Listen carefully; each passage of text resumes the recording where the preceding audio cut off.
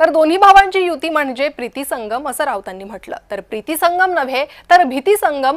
नवनाथ बन यांनी ही टीका केली आहे. संजय राऊतांना नवनाथ बन यांनी टोला लगावलाय. बघा, महाराष्ट्रामध्ये भाऊबंदकी व्हावी असं काही लोकांना सतत वाटतं प्रत्यक्ष.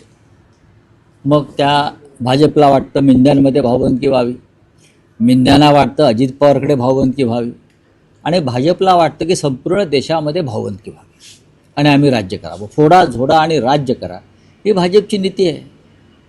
पण या सगळ्यातून आम्ही आता बाहेर येऊन हा प्रीतिसंगमाचा प्रयोग करतो आहोत ना, त्याच्यामुळे त्यांच्या पोटात दुखत आहे. खरं तर राजकीय भाषेमध्ये याला प्रीतिसंगम नाही तर भीती संगम म्हणायला पाहिजे. दोन भाऊ घाबरून भीतीपोटी एकत्र येत आहेत. याला संजय राऊतजी प्रीतिसंगम म्हणत नाहीत तर भीती संगम म्हणतायत. आणि हा भीती संगम आहे हे महाराष्ट्रातल्या जनतेला ठाऊक आहे.